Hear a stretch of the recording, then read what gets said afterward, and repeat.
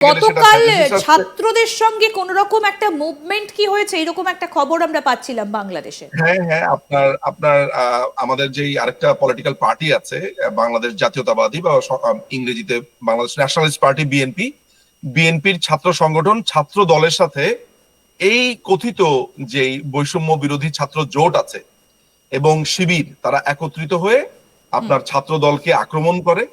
একটা দীর্ঘ সময় ধরে এরা ছাত্র দলকে দেখে নেবে, বিএনপি কে দেখে নেবে, বিএনপি কেন ইলেকশন চাচ্ছে, তারপরে বিএনপি কি ইলেকশন করতে দেবে না, তারা হচ্ছে আওয়ামী লীগের সাথে একত্রিত হয়েছে, হুম। তারপরে হচ্ছে বিএনপি কে নব্য ফ্যাসিস্ট, নানান ধরনের তকমায় তারা নানান ভাবে দেওয়ার চেষ্টা করে আসছিল বেশ কিছুদিন ধরেই।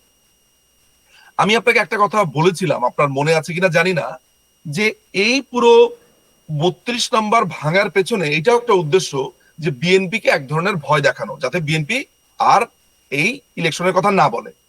গতকালকে তারা ছাত্র দলের উপরে অতর্কিতে হামলা করে, তারা অ্যাটাক করে। তো ছাত্র দল স্বাভাবিকভাবে তাদেরকে একটা কোণঠাসা করে রাখা হয়েছিল একটা দীর্ঘ সময়।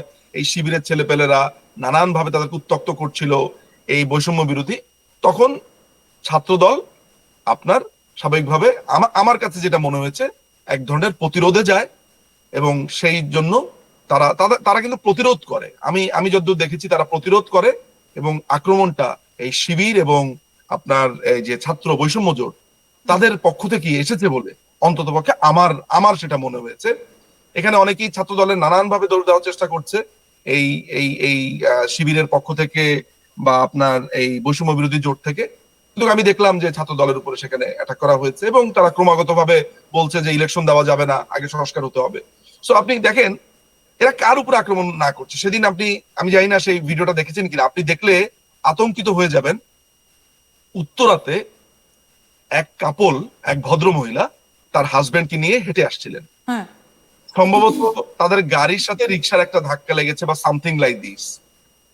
সেই গাড়ি থেকে বের হয়ে একটা বিরাট বড় দা দা বটি যেটা আছে সেটা বের করে কোপানো শুরু করলো। এটা বাংলাদেশে অনেকটা নিউ নর্মাল, যে বটি দিয়ে কোপাবে, দা দিয়ে কোপাবে, আপনাকে লাঠি দিয়ে মারবে, রাস্তাঘাটের যেখানে সেখানে ছিনতাই করবে, টান দিয়ে নিয়ে যাবে এবং প্রকাশ্য রাস্তাতে ছিনতাই হচ্ছে, প্রকাশ্য রাস্তাতে লুটপাট হচ্ছে। সো মানে বাইরের একটা দেশে গিয়ে মর্টার শেল রেখে আসা, ড্রোন পাঠানো, নিজের দেশে একে খুন করা, তাকে খুন করা, এর বাড়ি জ্বালিয়ে দেওয়া, তার বাড়ি জ্বালিয়ে দেওয়া, প্রেস ফ্রিডম নষ্ট করা, কিছু বললেই আপনার তার বাড়ি আগুনে জ্বালিয়ে দেওয়া, তাকে ফ্যাসিস্ট বলে অ্যাটাক করা, এই হচ্ছে এখনকার বাংলাদেশ। আপনি এটা মেনে নেবেন, তাহলে আপনি থাকতে পারবেন। আপনার বাড়ি আক্রমণ করছে গাজীপুরে, আপনাকে ওয়েলকাম জানাতে হবে যে বাবারা তোমরা আমার বাড়িতে এসেছো, একটু কষ্ট করে ভাঙবে কি, তাহলে আপনি খুবই ভালো। কিন্তু ওইখানে যদি আপনি বলেন আমার বাড়ি আপনি ভাঙতে এসেছেন কেন, আপনি ফ্যাসিস্ট। এই হচ্ছে পুরো ঘটনা। এটাই বাংলাদেশ। এই পরিস্থিতির মধ্যে দিয়ে যাচ্ছে আপনার দেশ, আপনার জন্মভূমি বাংলাদেশ, সত্যি বলতেও খুব খারাপ লাগছে। কিন্তু কবে এই পরিস্থিতি ঠিক হবে বা কবে ভালো হবে সেটাও কিন্তু এই মুহূর্তে খুব স্পষ্ট করে বলা যাচ্ছে না, কারণ নির্বাচন ডিক্লেয়ার দিতেই গড়িমসি করছেন মোহাম্মদ ইউনূস। এখানে দুটো প্রশ্ন আসতে পারে আপনার। প্রথম ব্যাপার হচ্ছে যে চিকেন নেক দখল করবার প্রশ্নটা আসবে কেন, এই চিন্তাটা বাংলাদেশের মাথাতে আসবে কেন? যারা আনছে তারা কি এই দেশের শক্তি সামর্থ্য সম্পর্কে অবগত নয়? অবগত। প্রথম ব্যাপার হচ্ছে যে ভারতকে একটা শত্রু রাষ্ট্র হিসেবে বিবেচনা করা, ভারতকে একটা শত্রু রাষ্ট্র হিসেবে চিন্তা করা, এটাও তো আমার কাছে মনে হচ্ছে যে এক অদ্ভুত পাগলামি ছাড়া আর কিছুই না। ওয়াই? আমি আগের যে আলোচনাটা করেছি বাংলাদেশ সম্পর্কিত, অভিমান সম্পর্কিত, সেখানে একটা কথা আমি কিন্তু আপনাকে বলিনি, যেটা এইটার সাথে একটু প্রাসঙ্গিক ভাবে বলা যায়। সেটা হচ্ছে যে মুক্তিযুদ্ধের সময় কলকাতাতে বা গোটা পশ্চিম বাংলাতে কোটি কোটি, 1 কোটির উপরে শরণার্থী সেখানে আশ্রয় দিয়েছিল পশ্চিম বাংলা সরকার। পশ্চিম বাংলাকে যদি আমি এইভাবে ধরি, ত্রিপুরা, তারপরে অন্যান্য রাজ্যগুলোকে ধরি, আসাম, শিলিগুড়ি, বিভিন্ন জায়গাতে আমি যদি ধরি, তাহলে এই জায়গাগুলোতে আপনার বাঙালিরা তখন আশ্রয় পেয়েছিল। শুধু কি আশ্রয়, তাদের খাদ্য, বস্ত্র, চিকিৎসা, কোনটা ভারত সরকার তৎকালীন সময় বাদ রেখেছিল? আমার কাছে তো অন্তত পক্ষে সেই সব নথিপত্রগুলো আছে।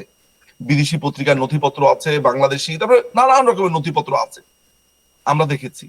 তাহলে এই রাষ্ট্রটা তো আমার বিপদের দিনে, আমার কষ্টের দিনে তারা আমার কাঁধে হাত রেখে বুকে জড়িয়ে ধরে, আমি কলকাতাতে যতবার গেছি ইন্দিরাদি, আপনি বিশ্বাস করেন সেখানকার বাঙালিরা এত কষ্টে নিমজ্জিত বাংলাদেশের অবস্থা দেখে, এত কষ্টে। এবং কলকাতার রাস্তাতে রাস্তাতে তারা এই যে রবীন্দ্রনাথকে নিয়ে ঘৃণার চর্চা করে, অথচ আর নজরুলকে তারা এমন ভাবে বড় দেখায়, নজরুল মুসলমান কবি, রবীন্দ্রনাথ মুসলমান কবি নয়, এই ধরনের কথাবার্তা। অথচ খুদ কলকাতাতে আমি দেখেছি মোড়ে মোড়ে নজরুলের ভাস্কর্য, রবীন্দ্রনাথের ভাস্কর্য, তারা এগুলোর প্রভেদই করে না। মানে এই লেভেলের ইন্টেলেকচুয়াল হাইট তাদের। অথচ বাংলাদেশে দুদিন পর পর বলছে, এটা এটা আমার অভিজ্ঞতা, আমি আমার নিজের অভিজ্ঞতা, আমি আপনার কলকাতা রাস্তায় রাস্তায় ঘুরেছি দেখার জন্য, মানে মোড়ে মোড়ে আমি দেখছি যে নজরুলের বিশাল ভাস্কর্য, রবীন্দ্রনাথের ভাস্কর্য, তারা সবার কবিতা আবৃত্তি করছে, বাংলাদেশকে নিয়ে তারা কষ্টে নিমজ্জিত, মানে বাংলাদেশকে তারা মনে করে তাদের প্রাণের একটা অংশ, একই ভাষাতে কথা বলে, এই আবেগটা তো পুরো পশ্চিম বাংলা জুড়ে। অথচ তার বিনিময়ে কি হচ্ছে? তার বিনিময়ে আমরা সেখানে ড্রোন পাঠাচ্ছি, তার বিনিময়ে এই যে মোটর সেল সেখানে আমরা আপনার বালুর মধ্যে করে পার্সেল করে পাঠিয়ে দিচ্ছি, দুটো মানুষ মরুক, একটু কষ্ট পাক ভারত।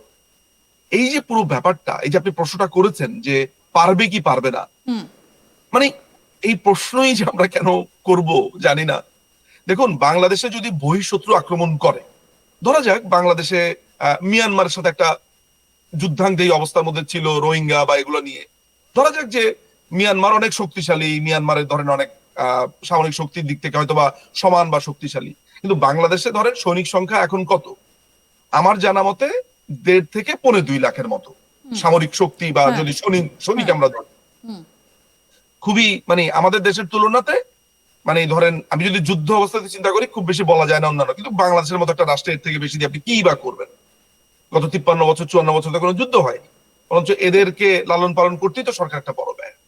তো যদি একটা যুদ্ধ হয় বহিঃশত্রু থেকে আক্রমণের জন্য, সামরিক সামরিক শক্তি যেমন যুদ্ধ করবে, সাধারণ মানুষ হয়তো বা যুদ্ধে নামবে। কিন্তু যুদ্ধে নামার জন্য আপনি যদি জোর করে একটা দেশের সাথে যুদ্ধ বাঁধান কোনো কারণ ছাড়া, এখনো পর্যন্ত আপনি ভারত সরকারের মুখ থেকে শুধুমাত্র ডিফেন্সিভ শব্দ ছাড়া আপনি কোনো শব্দ দেখেছেন? আপনি ভারতের পররাষ্ট্র সচিব বিক্রম মিস্ত্রি, ভারতের আপনার মন্ত্রী আপনার জয়শঙ্কর, ভারতের এই ছাড়া আরো যারা আপনার সেনাবাহিনী প্রধান, প্রত্যেকে ছোট শান্তির ভাইদেরকে কথা যেভাবে বলেছে।